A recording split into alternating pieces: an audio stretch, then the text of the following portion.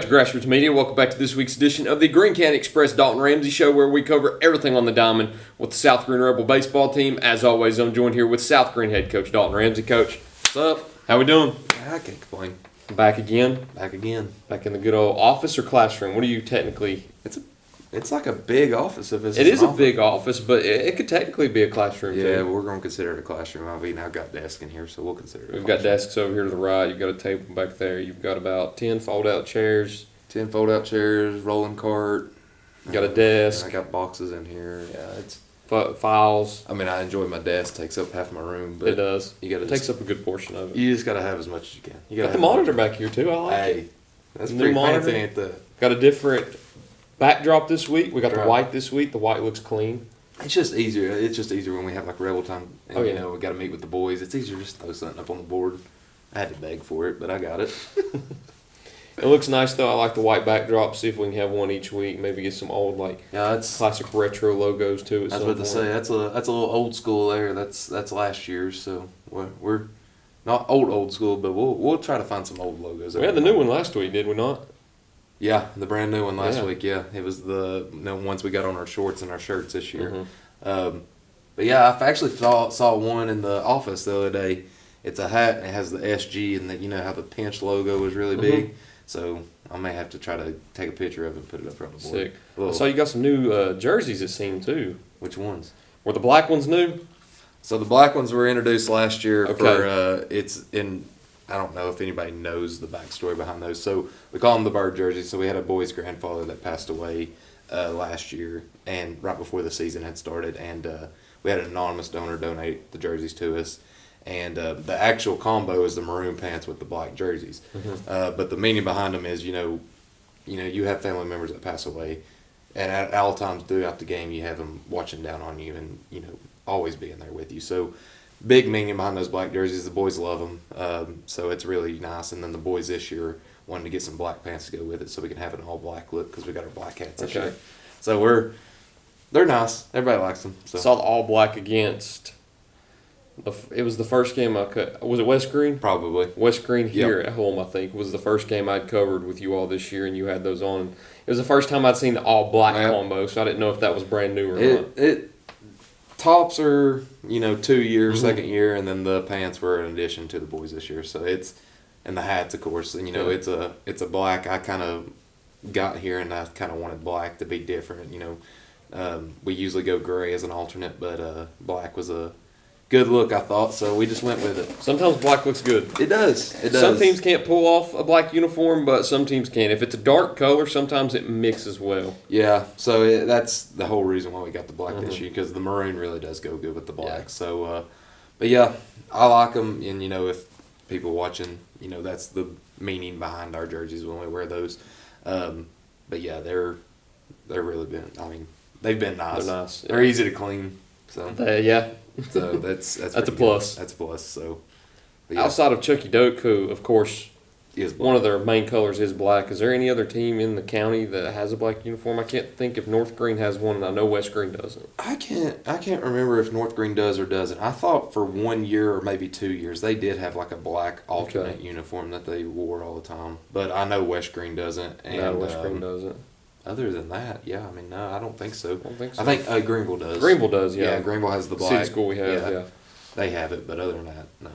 Yeah, I know North Greene has a black basketball uniform for the boys, but I don't know if they have a baseball. That'll be a question for Coach Lowe next week, which you'll see on Friday. We'll talk about that a little bit in the latter half, but you're going down there for a game on Friday afternoon. But let's talk about the games that you had the previous week that we covered on the back half last week. You had the doubleheader with Hancock County, and then you had the solo game with Cherokee. Picked up 2 wins over Hancock County, took a tough loss to Cherokee. Talk about those and take me through each one of them. Yeah, absolutely. So the Hancock game, it's a bus trip. I mean, it was long bus trip. It was right at an hour and 45 minutes, I'm pretty sure was the actual number we got for the bus trip, over windy roads. I mean, at one point our bus driver got over the walkie-talkie and said, if you are going to get sick, please come to the front of the bus. So, I mean, that just tells you kind of how the bus trip went. If anybody has never been to Hancock County, I had personally never been. until this past football season. This is my third year covering games within the county, and I hadn't been yet. Yep. And I had always been told about the long, windy roads. I don't know if there's another way to get there. I think that's the only way to get there. We actually left in a different way that we come in, and it was a whole lot easier because Really? Yeah, you went through Morristown. We didn't even come that way. We come straight down Bulls Gap and went up through there. So it a lot better coming back I than would what it was almost going up want to there. take that route, even if it Yeah. takes longer, just so you don't have to go down those roads. Because man, It was bad. it's a trip. It is, but it is a long bus trip, and I've told you the reason and why we do that. If we make it to regionals, we make it to sub-state, anything past our conference, it's going to be a travel. So I want to go ahead and put ourselves in situations where we're taking these long bus trips. We get off the bus, we get focused the way that we know how to. Picked up 2 wins there. Got off the bus, started off. We're trying to watch a little bit of pitch count, have them ready for going into this week and stuff. They got off the bus. We did our job. Kind of got complacent in the first game. Kind of nipped it in the bud real quick. But after we kept on going, kept on pushing. We got the runs that we wanted. We ended both games with a win, so I can't complain with that. Then Cherokee game, we started out kind of slow. I mean, it was one of those games that going into it, we knew Cherokee was a 3A school, knowing that for 2 years in a row they've made it to a regional run. We come into that game, I think, a little bit scared.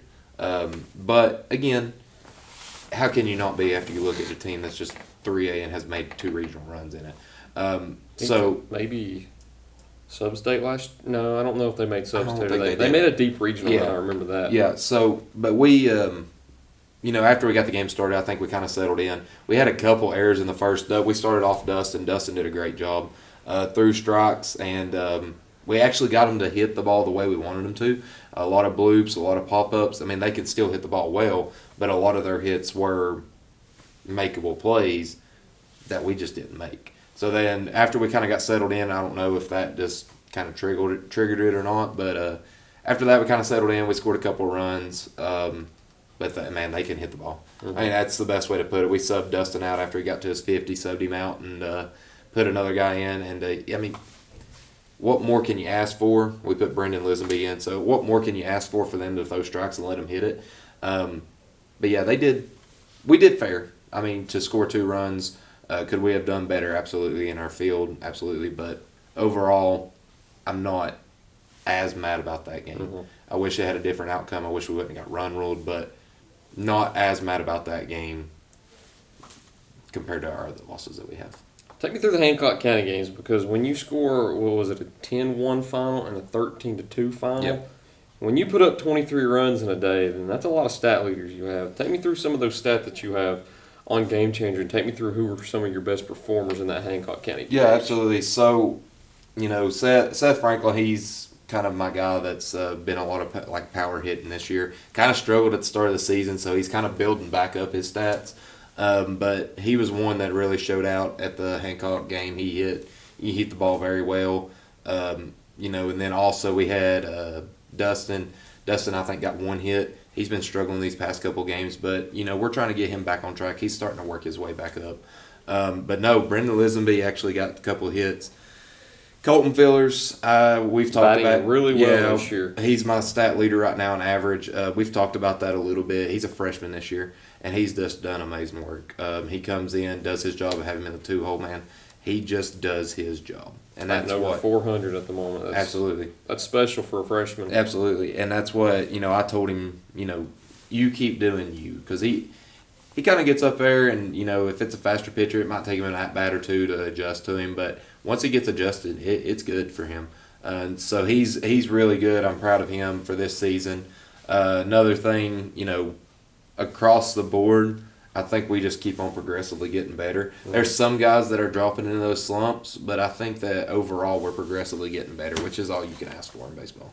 6-6 at the moment too. Really good record for the teams and the high caliber teams that you've played so far this year, as we talked about last week. Still 3-1 within the conference. Hadn't played any conference games since the last time we talked. So we'll move forward into the second half of this, where you will play some more conference games. You got that back-to-back series with Chucky Doak on Monday and Tuesday, and then a little bit of a county game with North Greene on Friday. So we'll cover that in just a minute, right after we take this break here on Grassroots Media. At Corner Pond, the friendly and knowledgeable staff has the experience necessary to help you out regardless the need.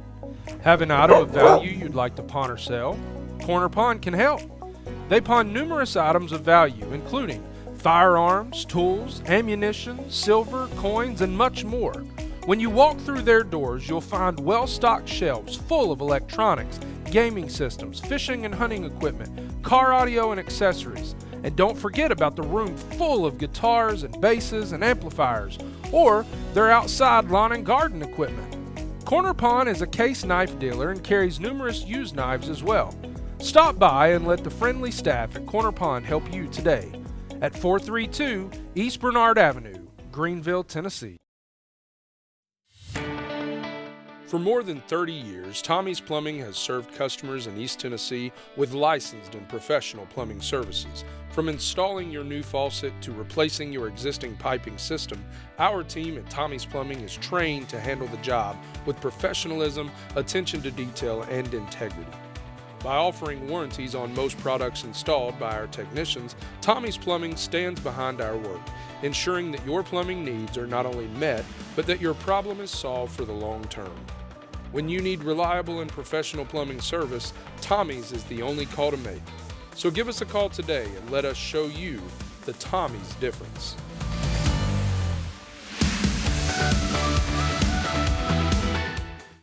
Welcome back to Grassroots Media. Welcome back to this week's edition of the Greene County Express Dalton Ramsey Show, where we cover everything on the diamond with the South Greene Rebel baseball team. As always, I'm joined here with head coach Dalton Ramsey.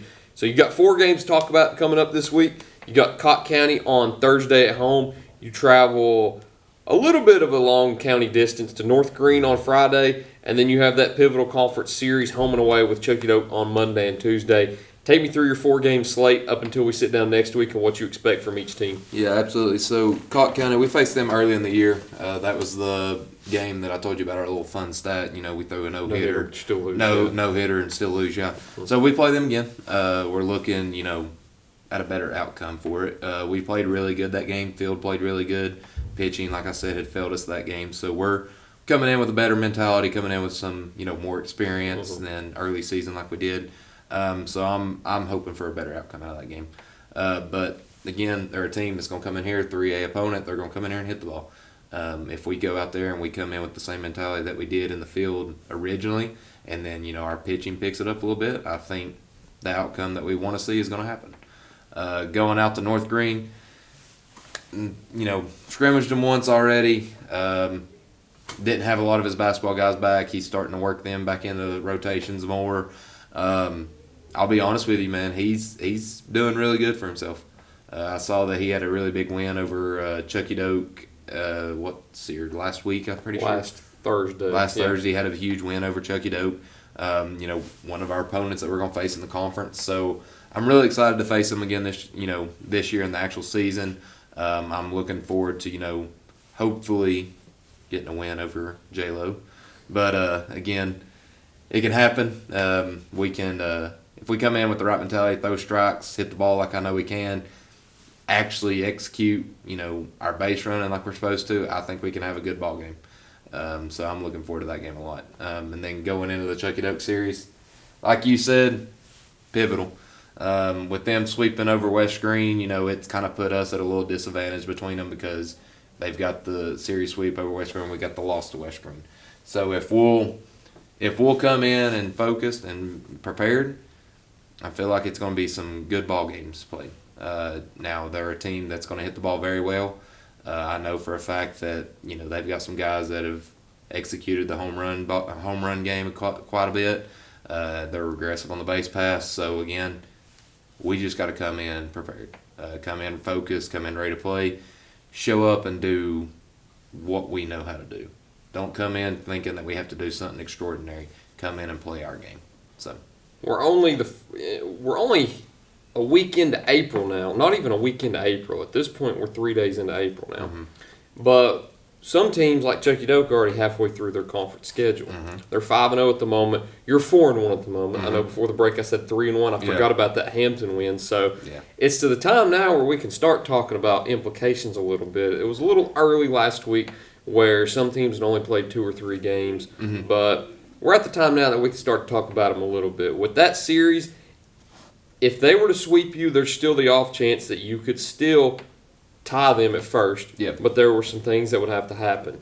But if you take care of business like you would like to do anyway, that puts you in the driver's seat because that puts them back to 2 losses where you would still only be at 1 with West Greene. So this is a conference series that I think everybody has their eyes on now because going into the season, I think a lot of people, including myself, probably predicted it to be West Greene, Chucky Doak, South Greene, whatever order it may be, because it could literally be any order, and it could still be any order at this point because West Greene has got both South Greene and Chucky Doak out of the way, and they've got Hampton and Johnson County left now, so they could still find their way back into the conversation too. Absolutely. There's still the off chance there's a 3-way tie at the top. Absolutely. But with this series coming up on Monday and Tuesday, I think this is the one that everybody's going to have their eyes on. That is really going to shape the conference going into the final month of the season. Absolutely, and we've talked about that time and time again. Across the board, our conference is very evenly matched, I would say.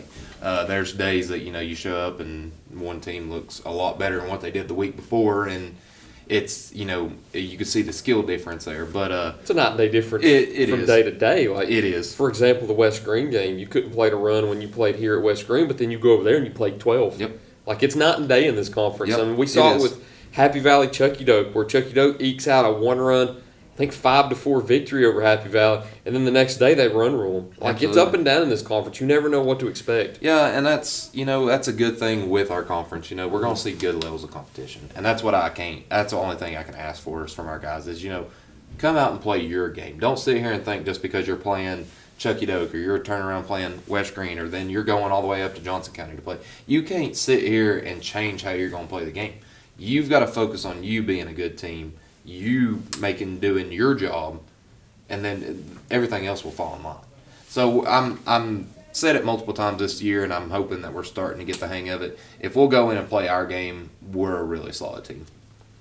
One game that we failed to mention because it's been moved to later on in the month is the Granger game. Yeah. If people were looking at the schedule, they were to know that Granger would have been scheduled on Saturday. Yes. But it's been moved to, I think you said April 29th as a doubleheader now. It's a doubleheader now at their place. Okay. Yeah, we're just going to go ahead and bump it back and play there. And then the Washburn game that was originally scheduled for Tuesday, postponed, as was about everything on Tuesday, it seems, for the second time this year. Yep. And that one's potentially going to be moved to later on in the season, but don't have a date at the moment. Don't have a date at the moment. We're looking at possible doubleheader here. There's a possibility of it being kind of a back-to-back kind of thing where we travel up there, they travel to us.